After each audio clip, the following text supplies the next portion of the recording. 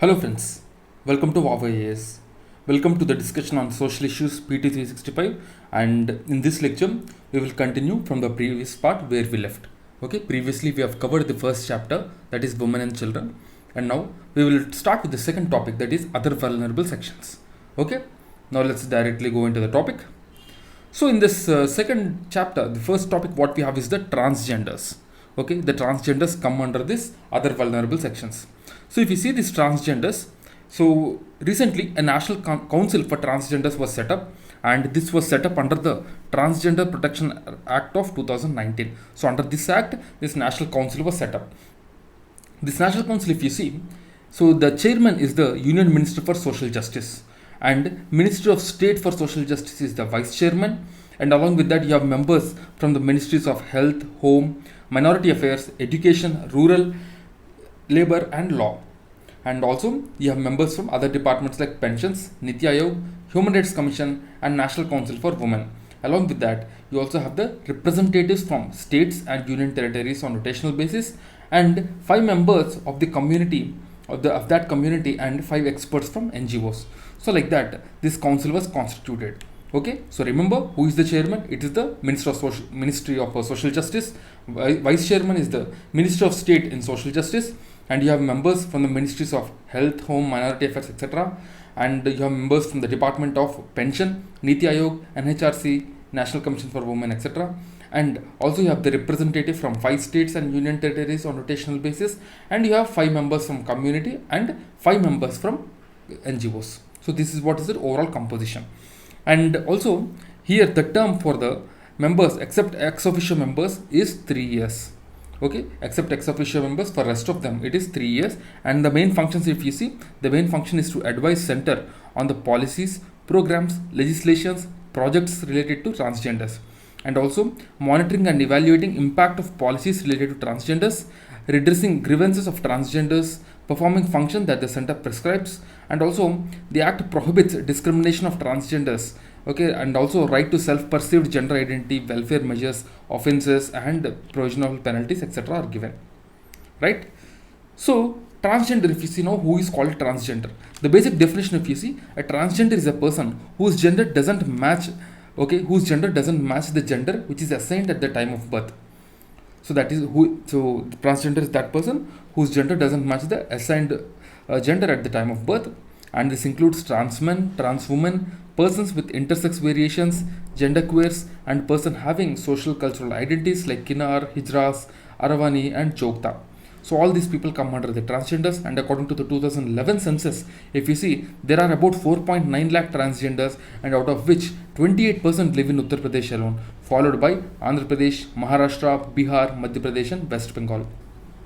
So in 2019, this act was brought in, the Transgender Protection of Rights Act, and under this act, prohibition of transgenders is punishable, and denial of services also should not be done for the transgenders with respect to, that means in the fields of education, employment, healthcare, access to goods and public places, right to movement, right to reside, rent or occupy the property, right to opportunity to hold public or private office, access to government or private establishment.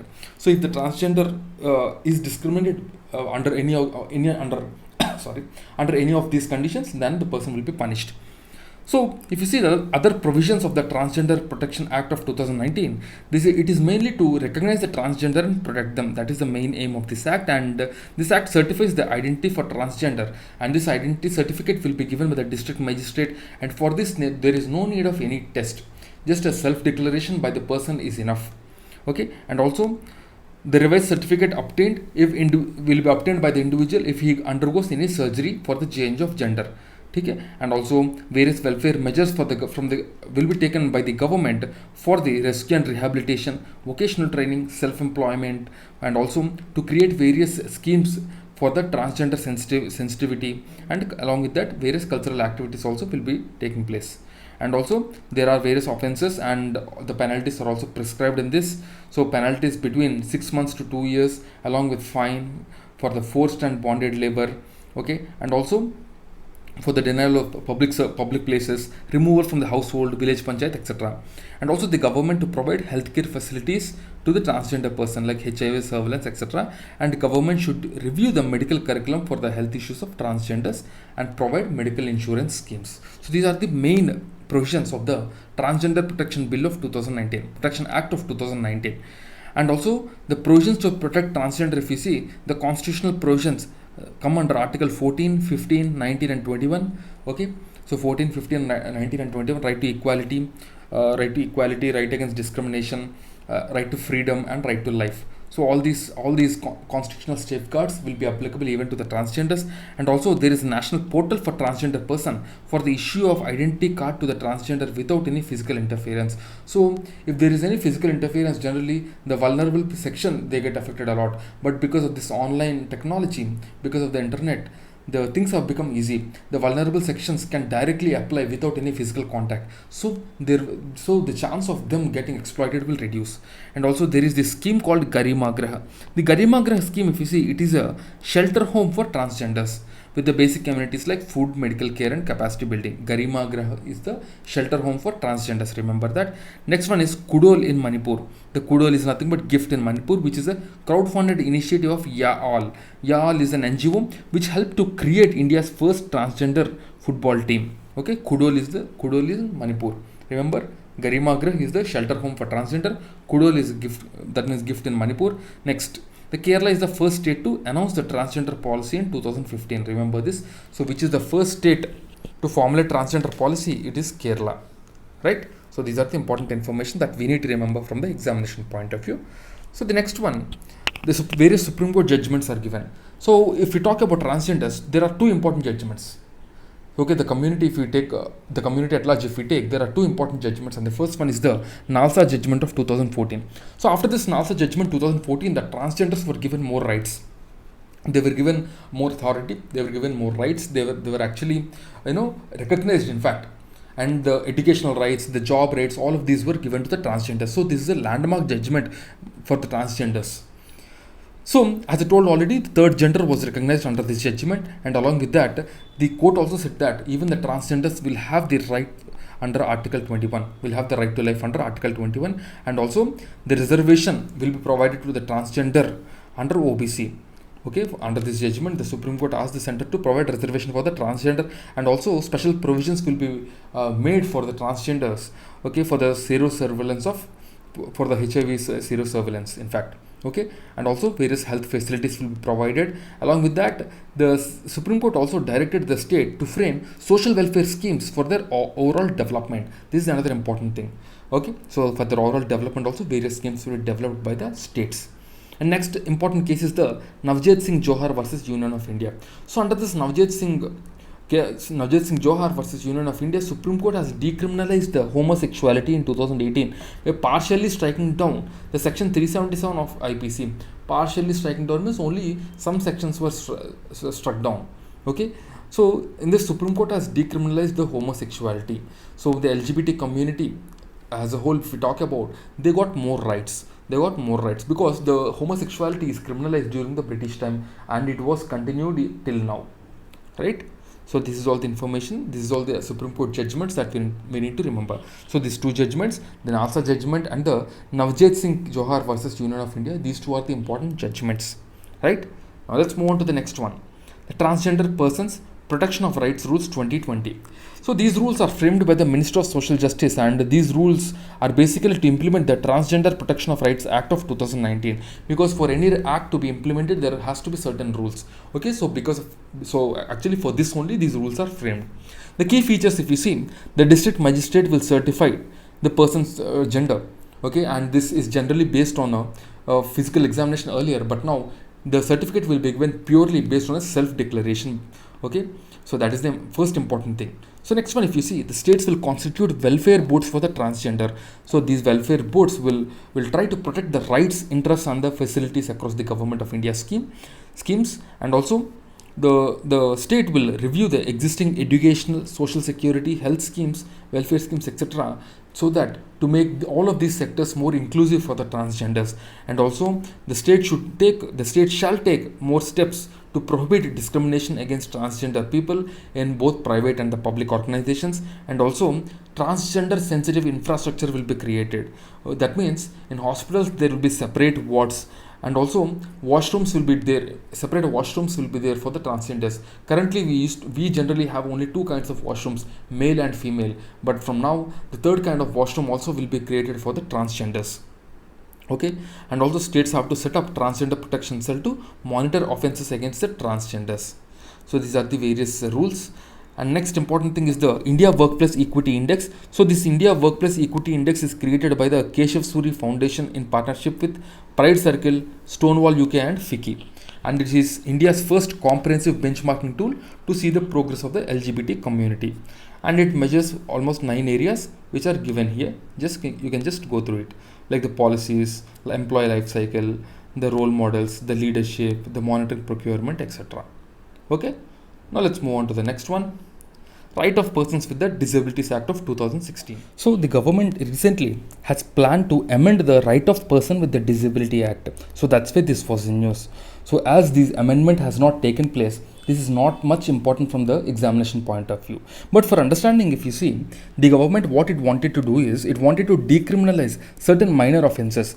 This is mainly to increase the business sentiment, to improve the business sentiment and unclog the court process. Because as you know, already we have more than 3 crore pending cases in the courts. So in order to make sure that the courts does not overburden, the government is planning to take such a step. But because of this, the activists say that the original provisions of the Right of Person with the Disability Act will get diluted. This is what the activists are saying. So now for us, from the examination point of view, we have to know some of the provisions of the Right of Person with the Disability Act of 2016. So this act actually replaced the earlier act of 1995. So this act was passed by the government of India because India is a signatory for the UN Convention on Right of Person with a Disability Act, and with this act, India is going to fulfill its obligation. Okay, so that is the main reason government has passed this. Okay, and this act covers 21 types of disabilities and rights.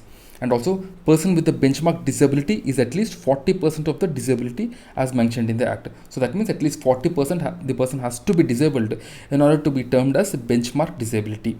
Okay. Another important provision is that the private establishments are brought under the ambit of this act. This is another important thing we need to know. Also, this act provides for right to education, employment and livelihood along with reservation in government and educational institutions. And also there are penalties and imprisonment for the people who discriminate the person with disabilities. And also there will be special courts in each and every district for the cases of violation of the PWD, that means the person with the disabilities. Okay, so these are the important things. And also you might have heard about the Accessible India campaign of the Prime Minister. So this Accessible India campaign is basically to ensure that the disabled people, they will get access to the public buildings, because only if they can get access, they will be able to go to these public offices and will be able to do their work. Okay, so if you see the data, approximately 56% of men, that means out of the total disabled people, 56% are men and 44% are women. Okay, so this data is according to the 2011 census. So also the person with the disability, they have reservations. They are given reservations. They are given horizontal reservation that cuts vertical reservations like SC, ST, OBC and general. And also there are vertical reservation in favor of the backward classes like SC, ST, OBC, etc. So that means the reservation are given specially for the person with the disability. Okay, so these are some of the guidelines. Okay, these are some of the guidelines which the UN gave for the social justice of the person with the disability. You can just go through this. This is not much important from the examination perspective, so that's why I'm not discussing this, but just pause and go through this. If you have any doubt, you can just ask us in the comment box. Okay, so here the next one, what we have is the UN Convention of Right of Person with a Disability. So India is a signatory for this convention. And it is the first comprehensive human rights treaty of the 21st century, and it is the first legally binding instrument with protection to disabled people, because protection to disabled people is one of the way to ensure the human rights for the people with the disability. And also the guiding principles, if you see, the respect to the inherent dignity, non-discrimination, participation and inclusion in society, equality of opportunity, accessibility, equality between men and women, and respect for the rights of children with a disability. So these are the guiding principles. And also the convention doesn't define disability, recognizes notion of disability is not fixed and altered depending on the prevailing environment from the society on society.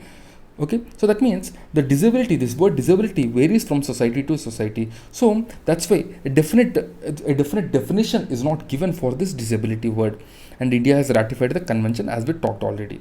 Okay, so here even in the national disaster management guidelines, there are some disability inclusive disaster risk reduction measures, and Home Ministry has released this. This is to ensure, or this is to reduce the disaster impact on the affected communities by mitigating and reducing risk. And here the affected community, what we are talking is the disabled people. Okay, and also the assistance to disabled person for purchasing, fitting of aids and applicants scheme. This scheme was launched so that the needy disabled persons they can procure durable, sophisticated and scientifically manufactured modern and standard appliances to promote their physical, social and psychological rehabilitation and enhance their economic potential. This is an initiative of Ministry of Social Justice, and it is implemented through the NGOs, the national institutes under the ministries. Okay, so mainly this is to help the disabled people. Okay, so just remember this. The Ministry of Social Justice and Empowerment is the nodal agency for this assistance to disabled persons. Okay, so the next one is the scheduled caste. The scheduled caste was in news because recently Ambedkar Social Innovation and Incubation Mission was launched. This is basically a fund. This is basically a venture capital fund for the SC people, for the SC community, to promote innovation and enterprise among the SC community in the higher educational institutions. This is a venture capital fund where under this Ambedkar Social Innovation and Incubation Mission, the SC youth, they will be identified and they will be funded up to 30 lakhs in 3 years as equity. They will be funded up to 30 lakhs in 3 years as equity, and this is mainly to ensure that the entrepreneurs will come up from the SC community and the Divyang youth. Okay, they will be provided concessional finances. So if you see the main objective of this Ambedkar Social Innovation and Incubation Mission, it is to support 1,000 innovation ideas till 2024 through technology business incubators. This is to support 1,000 innovation ideas till 2024 through technology business incubators, and these are set up by the Department of Science and Technology in higher education institutions. Here the youth will be supported, they will be promoted, and also hand-holding will be done for the startups till they reach the commercial stage by providing liberal equity support. So this will incentivize the students, this will incentivize the SC community to take up more entrepreneurship. Okay. And also if you see some other initiatives for the development of SC/ST community, the Developmental Action Plan for Scheduled Caste, the DAPC. Okay, the Developmental Action Plan for Scheduled Caste and Scheduled Tribe component, which is launched by the Ministry of Social Justice and Empowerment. And this involves 41 ministries earmarking 2 to 20% of their budget for the SC/ST welfare schemes. And the ministries are required to identify targeted schemes, and the funds will be allocated accordingly. Okay, and the next important initiative is the Credit Enhancement Guarantee Scheme for SC. Credit Enhancement Guarantee Scheme for SC. This is mainly, as the name suggests, giving the credit to the entrepreneurs. The next one is the National Scheduled Caste Finance and Development Corporation to finance income generating activities. Next one is the Stand Up India scheme. As you might have known, the Stand Up India scheme is for financing SC or the SC women entrepreneurs mainly. Okay, so they will be given support by the government along with some private agencies. So this is about the Stand Up India scheme. So these are various initiatives for the SC/ST community. For the SC community, yeah, not ST, especially for the SC community, scheduled caste. And there is another Yojana, the Vishwas Yojana, the Vanchit Ikai Samu or Vargon Ki Ardik Sahayata Yojana. This was launched. This is basically a inter-subvention scheme, a 5% inter-subvention. That means if the SC community or the OBC community, if they take any loan, 5% inter-subvention will be provided. It is mainly to empower the self-help groups, SHGs. Okay, and also these self-help groups, they will be given these loans at low interest rate from the National Rural Livelihood Mission, the NABARD, etc. Right? So this is the important information. So the next topic is the scheduled tribe. We have seen scheduled caste and now it is scheduled tribe. So recently Union Tribal Minister has launched Tribal Health and Nutrition Portal Swasthya for the ST community. and it is a e-portal on tribal health and nutrition related information. It's an e-portal. Okay, and if you see some other initiatives with regarding to that ST community, the National Overseas Portal and National Tribal Fellowship Portal for the transparency and easy information to the ST students. So this is mainly this is mainly for the information dissipation. So next one is the online performance dashboard. This is to empower tribals for transforming India under the Digital India mission to empower the ST community. And there is ALEC.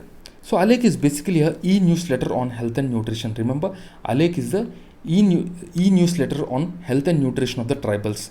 Okay, and the data related to tribal and tribal health, if you see, as per the 2011 census, the tribal population is 104 million across 705 tribes and account for 8.6% of India's population, and 90% of tribal people live in the rural areas. And MP has the highest tribal population, followed by Maharashtra. So remember this, the highest tribal population is there in Madhya Pradesh. In the second place we have Maharashtra. The social economic condition of tribals, if you see, the livelihood, if you see, especially 40.6% of the tribals are in the below poverty line, and 20.5% non-tribals are in the below poverty line. The basic amenities, if you see, the access like tap water, the sanitation facilities, the drainage facilities, cleanliness, etc., are not available to the tribal people, which is a concern. And also the education gap, if you see, 41% of ST are illiterate. But the important, the silver lining is the sex ratio. 990 out of 1000 is the sex ratio in tribals, while the national average is only 933. So you can see the tribal community basically to a certain extent, they are matriarchal and not patriarchal like the other societies. And also tribal health, if you see, they suffer from various diseases like the malnutrition and communicable diseases. That means the diseases which can spread from one person to another, like malaria, tuberculosis, HIV, hepatitis, viral fever, etc. And 30% of malaria and 60% of malaria related mortalities are in tribals. Mortality, not morality, yeah. They are in tribals. Okay, and also some tribals have lifestyle diseases like hypertension, diabetes, respiratory diseases, etc. And those tribes are Adian, Irula, Panian, and Gonds. So these tribals have they have some lifestyle diseases as well. And also various tribes have mental illness issues as well. 72% of tribal men in the age of 15 to 54 use tobacco, while 56% of non-tribal men use it. And also other indicators, if you see, their life expectancy is less than the national average. Their life expectancy is mere 63.9, while the national average is 67. And under 5 mortality is 74, while the national average is 62. That means the mortality rate is high, the under 5 mortality as well as the life expectancy is very less. That means the mortality of elders also is very high. And also 50% of adolescent ST girls are underweight. 50% girls are underweight, and about 80% of tribal children are undernourished and suffer from anemia, while 40% of under-fed tribals are stunted. So stunting, anemias, these are very common. Stunting means less height for the age. Okay. So these are the various various indicators with regarding to the health and nutrition.